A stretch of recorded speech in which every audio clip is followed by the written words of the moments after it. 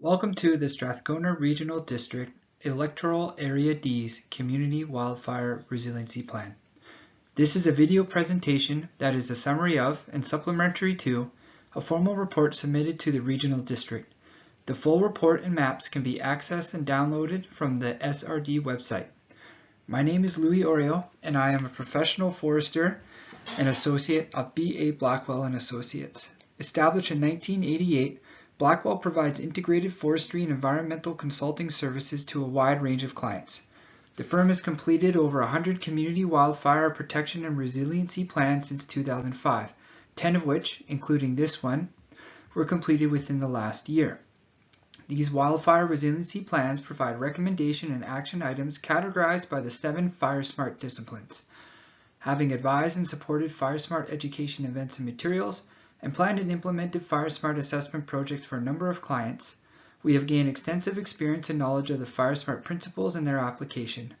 Additionally, having assisted with the development of the Provincial Strategic Threat Analysis in 2004, which constitutes the base data for fire risk analysis across BC, the firm has evolved highly efficient and advanced methods for assessing wildfire risk. All of this combines into resiliency plans we feel recognize and address the unique situations and circumstances of each community from highly urbanized to rural.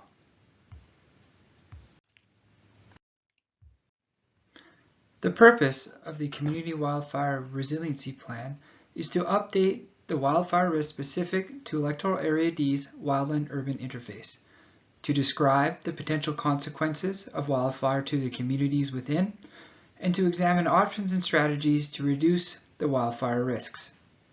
The goals are for this document and its associated action plan to be used as a framework to inform the implementation of specific actions and strategies in an effort to increase the effectiveness of fire suppression and emergency response, reduce potential impacts and losses to property and critical infrastructure from wildfire, and to reduce wildfire behavior threats within the community.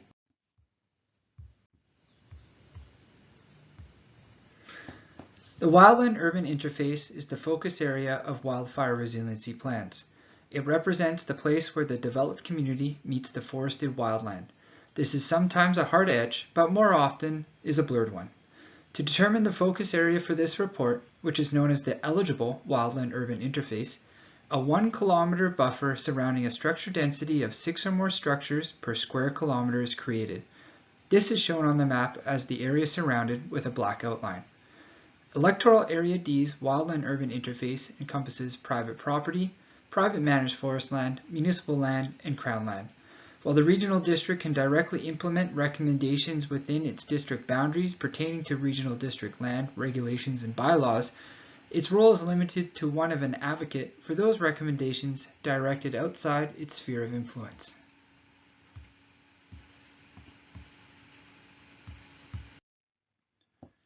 The local wildfire threat assessment process, which determines fire threat by threat classes within the eligible wildland-urban interface, incorporates several key inputs for its analysis.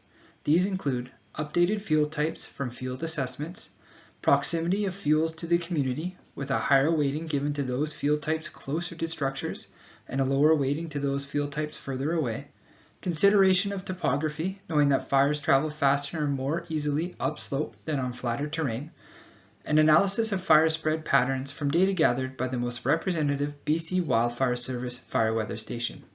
For this analysis, the Quinsam BC Wildfire Service fire weather station was used.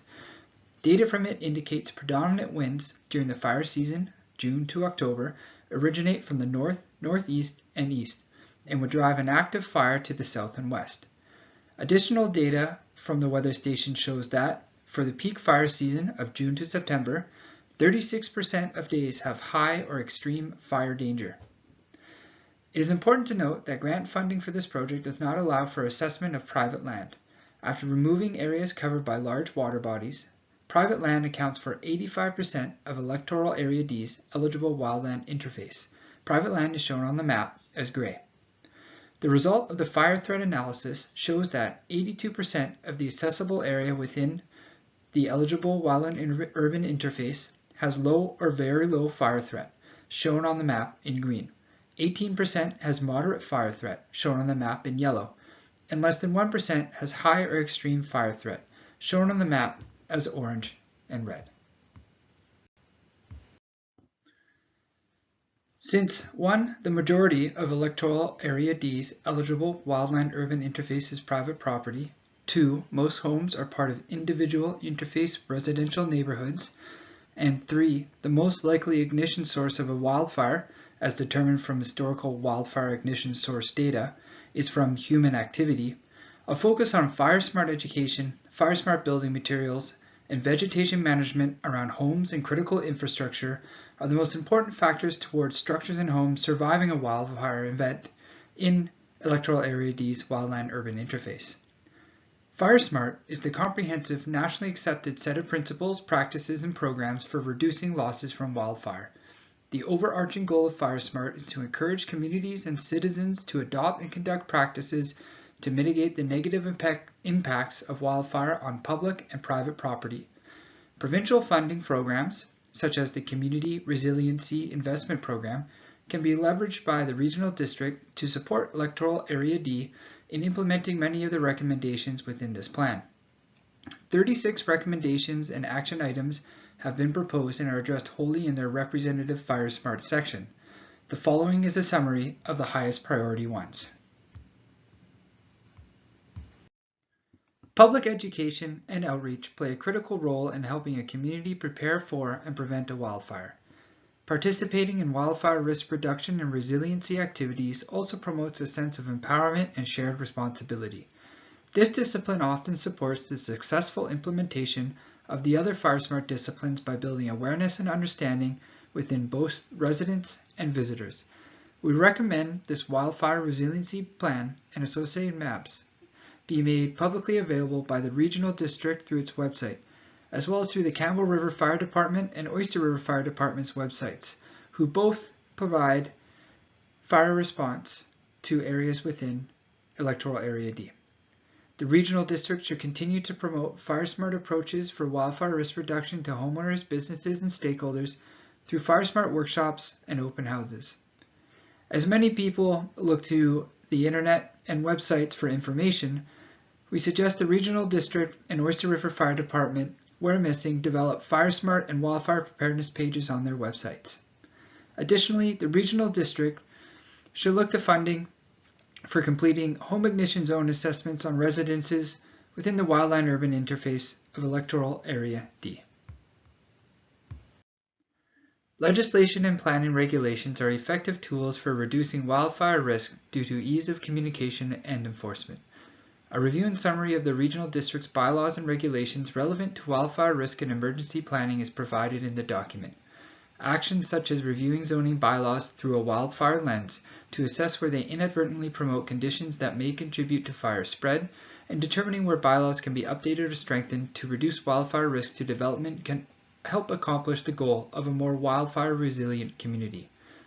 It is recommended the Regional District complete updates of the Wildfire Resiliency Plan as required. Triggers for this would include a major change to the forested landscape, development expansion, or funding program requirements. Additionally, current wildfire resiliency funding is dependent upon having an up-to-date wildfire resiliency plan, which is considered one that was completed within 5 years.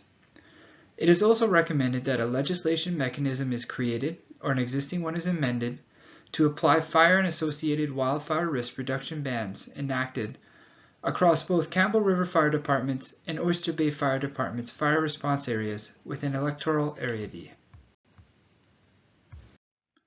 Embedding FireSmart practices and considerations into development should be a leading priority of the Regional District. Much like regulations, it is important that official community plans adopt language and framework through a wildfire lens, so that future land use and development are guided with wildfire risk reduction and preparedness in mind, especially for official community plans applicable to areas within the eligible wildland-urban interface. One of the most powerful tools the Regional District can employ is the development of a wildfire hazard development permit area for the protection of developments from hazardous wildfire and fuel conditions. Additionally, protection of functional critical infrastructure during a wildfire event is an important consideration for emergency response effectiveness ensuring that coordinated evacuation can occur if necessary and that essential services can be maintained or restored quickly in the case of an emergency. The regional district should engage a qualified professional to conduct formal fire-smart assessments of critical infrastructure and plan to complete proposed recommendations. Identifying and linking stakeholders such as government, private landowners, park and recreation staff and managers, forest land managers, and emergency services can reduce wildfire risk, increase funding opportunities, and allow Strathcona Regional District to obtain valuable local knowledge. The Regional District should continue having relevant staff attend the annual FireSmart BC conference hosted by the BC FireSmart community.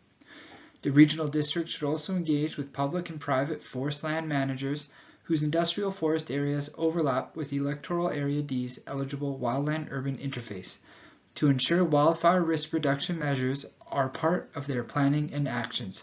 Specifically, the limiting of slash buildup from logging activities is a key risk reduction measure.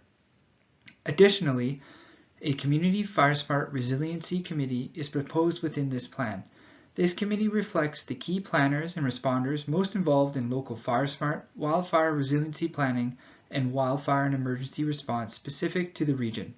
The Regional District should engage with the Community FireSmart Resiliency Committee on a regular basis to share important information and potential avenues for collaboration on wildfire risk reduction measures. All government staff who are expected to participate in the development and implementation of this plan or participate in wildfire response and recovery within Electoral Area D should be appropriately trained. This includes both regional district staff and members of the Campbell River and Oyster River Fire Departments. Cross-training includes testing of emergency plans. As such, regular testing of and updates to Electoral Area D's evacuation plan should be done. Additionally, a yearly pre-fire season is best. Wildfire emergency simulation exercise should be completed. Other cross-training includes FireSmart specific courses. One example is local FireSmart training, which can be done by both staff and residents of Electoral Area D. This course provides knowledge and resources that one can then use to engage with others in their community on FireSmart initiatives and plan community FireSmart events. When several wildfire emergencies are taking place throughout the province, BC Wildfire Service resource availability may become scarce. Therefore, government wildfire preparedness and resource availability are critical components of community wildfire resilience. Individuals and agencies need to be ready to act. It's recommended that the Campbell River and Oyster River Fire Departments continue engaging with BC Wildfire Service to conduct annual reviews of their personal protective equipment as well as wildland firefighting resources and equipment, and that all staff are trained in their use and setup. Additionally, as the Campbell River Fire Department has done, the Oyster River Fire Department should digitize important fire and emergency response information such as water drafting sites and have this information available on their mobile CAD units within their response vehicles. The Regional District should develop an evacuation pamphlet that summarizes key components of the evacuation plan specific to resident roles during an evacuation event. Owing to the large increase of tourists and visitors to the area during the summer months, having this pamphlet available online and at general stores will help spread the important evacuation information. Fuel, which is available vegetation for a wildfire to burn, is one of the key aspects of the fire environment that can be modified to reduce wildfire threat. Vegetation management reduces potential wildfire intensity and ember exposure to people, structures, and other values through the manipulation of both natural and cultivated vegetation within or adjacent to a community. Vegetation management can largely be accomplished through two different activities. One, residential scale FireSmart landscaping. Residential FireSmart landscaping refers to the removal, reduction, or conversion of flammable landscaping plants to create more fire-resistant areas surrounding homes and infrastructure. This is known as the Home or Critical Infrastructure Ignition Zone, as shown in the image on this slide. Specific vegetation management requirements are detailed for each zone. The Regional District has had success implementing a community neighborhood chipping program for residents of Electoral Area D to safely and at no cost dispose of hazardous vegetation and fuel from their properties. This program should be continued on a yearly basis. The second vegetation management activity is fuel management treatments. Fuel management refers to the manipulation or reduction of living or dead wildland forest fuels to reduce the rate of spread and intensity of a fire, as well as enhance the likelihood of successful fire suppression. These treatment units are focused on the surrounding landscape of communities. Fieldwork and office analysis determined that there are no suitable areas for fuel reduction treatments within Electoral Area D's wildland-urban interface, considering the limited amount of public land they can be proposed on and those lands' current low risk. As such, it is emphasized that the Regional District should conduct critical infrastructure assessments on all government-owned infrastructure and implement vegetation management recommendations provided. In summary, 18% of Electoral Area D's accessible eligible wildland-urban interface has a moderate wildfire behavior threat or higher. This, along with other analyses presented and discussed throughout the Wildfire Resiliency Plan document, shows that wildfire is a threat to Electoral Area D and its interface, and that wildfire risk on people's private property is the greatest threat.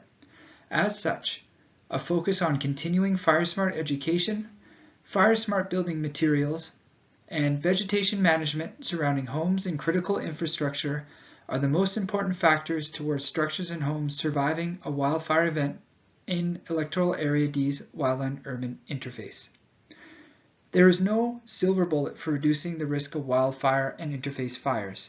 The recommendations presented in this Wildfire Resiliency Plan provide a range of options, but these must be prioritized for implementation with consideration for priority actions, cost, and resource ability.